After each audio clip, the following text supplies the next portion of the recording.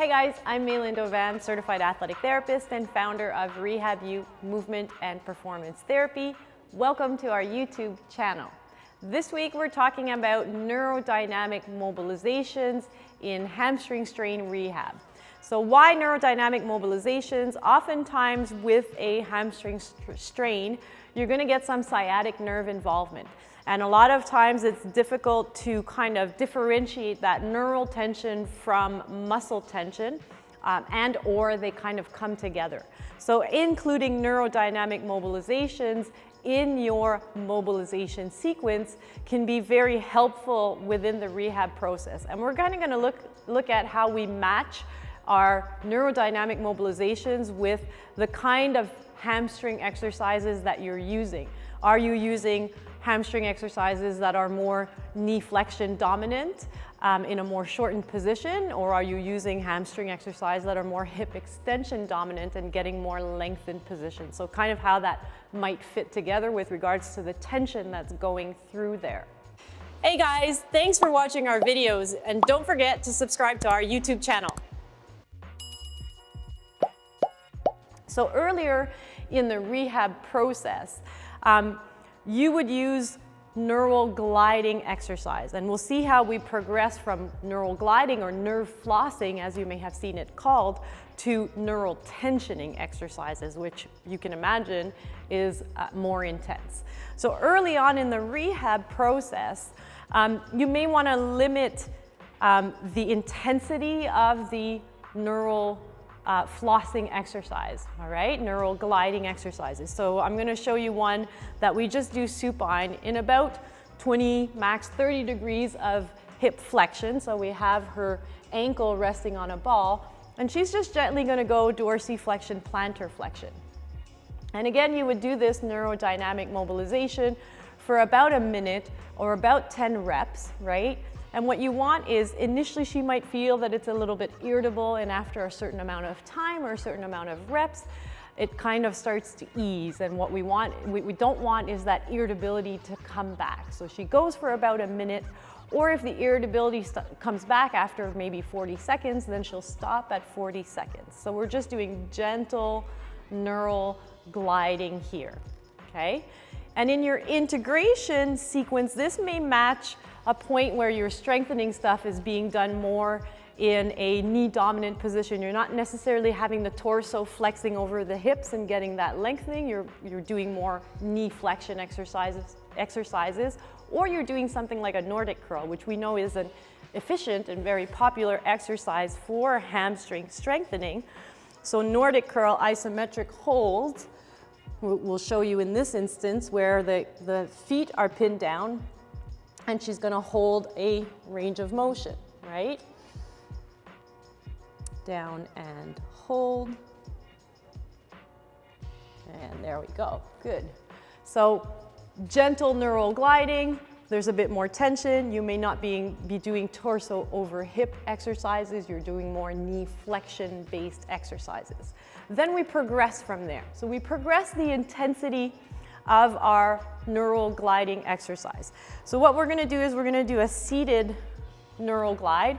Now, again, we're gliding here. So the idea is that if she's tightening on one end, for example, she's extending the knee, then she's loosening on the upper end, right? And then as she loosens at the bottom end, she's going to tighten up at the top. So you can see how, if you imagine a line from the top of the head to the underneath of the foot, we're sort of gliding. It's that flossing effect, okay? Same thing, same parameters, so 1 minute or one set of 10 reps, and always where there may be a little bit of irritability to start, and then it kind of goes away, and we don't want it to come back. And if it starts to come back, we'll just end the set there, okay? So progression of your neural gliding exercise. Then this may fit with, in your integration sequence, in your strengthening, you're going to start more lengthening exercise. You're going to start torso moving over the hips, hip extension exercises, which, by the way, yes, the Nordic curl is a very efficient and useful exercises, but hip extension exercises actually replicate more the distribution of the load along the lower extremity. So we like hip extension exercises, all right? So here we may want to limit the range of motion a little bit. So we're going to use a staggered deadlift. So 1 foot forward, 1 foot slightly back. And she's coming down. And she can stop before end range and back up. Down nice and slow. So slow and controlled here. About mid-shin, and then she comes back up. Okay, so her staggered stance is about, so toes of the back foot are about 1 foot or half a foot length from the heel of the front foot. And again, that biases weight towards that front leg. Good.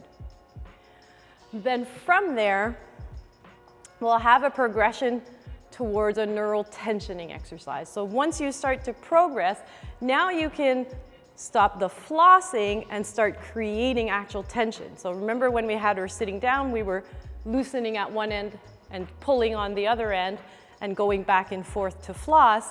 Now we can pull on both ends. So as she extends the leg, she's also gonna flex and tuck the chin. So she's now pulling on both ends. So this gliding exercise now becomes a neural tensioning exercise. So now I'm creating tension along the nerve path, okay?